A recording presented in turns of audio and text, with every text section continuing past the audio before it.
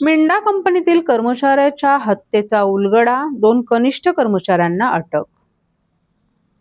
ठाणे जिल्ह्यातील कल्याण तालुक्यात घडलेल्या मिंडा कंपनीतील कर्मचाऱ्याच्या हत्येचा उलगडा ठाणे ग्रामीण पोलिसांनी अवघ्या 72 तासात केला आहे. कंपनीतील वरिष्ठ कर्मचाऱ्याची 2 कनिष्ठ कर्मचाऱ्यांनी हत्या करून मृतदेह जंगलात फेकल्याप्रकरणी दोघांना अटक करण्यात आली असून न्यायालयानं त्यांना 24 जुलैपर्यंत पोलीस कोठडी सुनावली आहे. 28 जून रोजी कल्याण मुरबाड अहिल्यानगर मार्गावरील मानमोली गावाजवळील जंगलात एका अज्ञात व्यक्तीचा मृतदेह आढळून आला होता. या प्रकरणी कल्याण तालुका पोलीस ठाण्यात खून आणि पुरावे नष्ट करण्याचा गुन्हा दाखल करण्यात आला होता.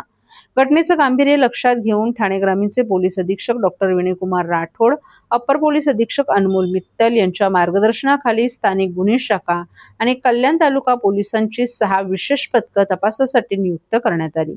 तपासादरम्यान मृताची ओळख किशोरचंद्र कार्तिक साहू, वय वर्ष 42 अशी पटली.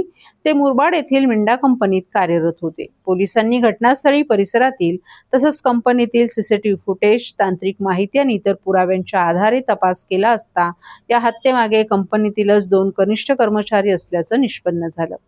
यानंतर पोलिसांनी सौरभ विश्वनाथ गोल्हे आणि ज्ञानेश्वर दत्तात्रय कांठे यांना ताब्यात घेऊन त्यांची चौकशी केली.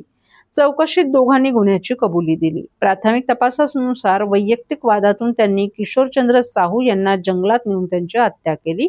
त्यानंतर मृतदेहाची ओळख पटू नये आणि पुरावे नष्ट व्हावेत या उद्देशानं मृतदेह जंगलात टाकला.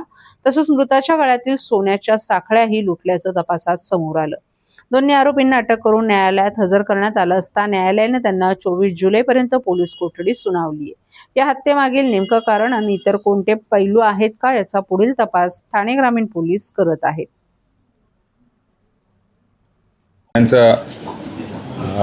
डिटेक्शन झाल्यामुळे ही प्रेस कॉन्फरन्स घेतलेली आहे. थोडक्यात एक ब्रीफ देतो. कल्याण तालुका पोलीस स्टेशनमध्ये 28 जुलै रोजी एक अनोळखी इसमाचा मृतदेह आम्हाला मानमोली गाव या हद्दीमध्ये मिळाला होता.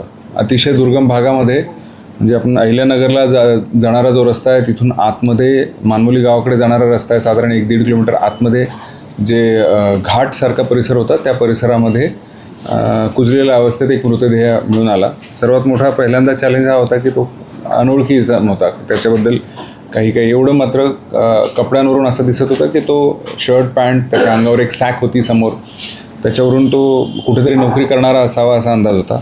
अधिक तपास केले असता त्या मैताची ओळख पटली आम्हाला आणि तो किशोरचंद्र कार्तिक साहू, वय 42, देवगाव तालुका मुरबाड येथील राहणारा होता.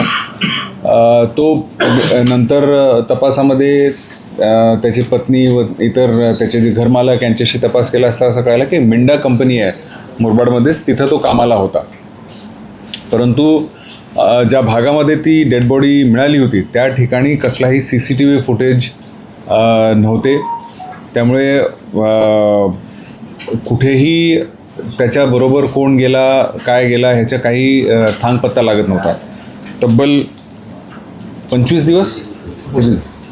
20 दिवसानंतर, म्हणजे याचा म्हणजे श्रेय मी आमचे कल्याण तालुका पोलीस स्टेशनचे आणि मुरबाडचे SDPO, कल्याण तालुका पोलीस स्टेशनचे इन्चार्ज, LCBचे इन्चार्ज, LCBचे PSI कदम, डिंगले त्यांचे कॉन्स्टेबल, इतर पूर्ण स्टाफ, जवळपास एक 25 लोकांचा स्टाफ अहोरात्र ह्याला एक चॅलेंज म्हणून झटत होता.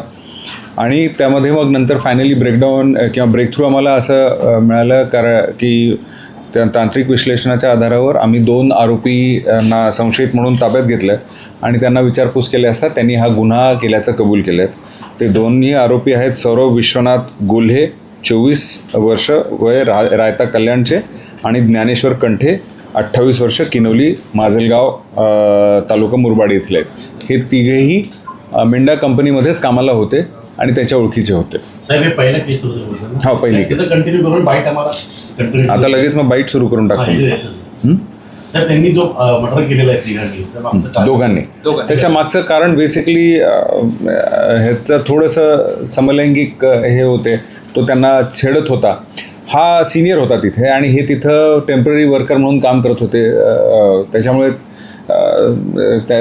एका दृष्टीने ते सुपिरियर होता, सिनियर होता. त्यांना ते सारखं चीड होती त्याच्याबद्दल आणि म्हणून मग त्यांनी त्याचा उठसूट त्याला छेडणे किंवा हे करणे अशा प्रकारचं त्याचं हे होतं. त्या चिडेच्या ह्याच्यामध्येच त्यांनी या दोघांनी ठरवलं की ह्याचा काटा काढावा. यामध्ये आरोपीने जे वापरलेलं वेपन आहे ते हस्तगत झालं.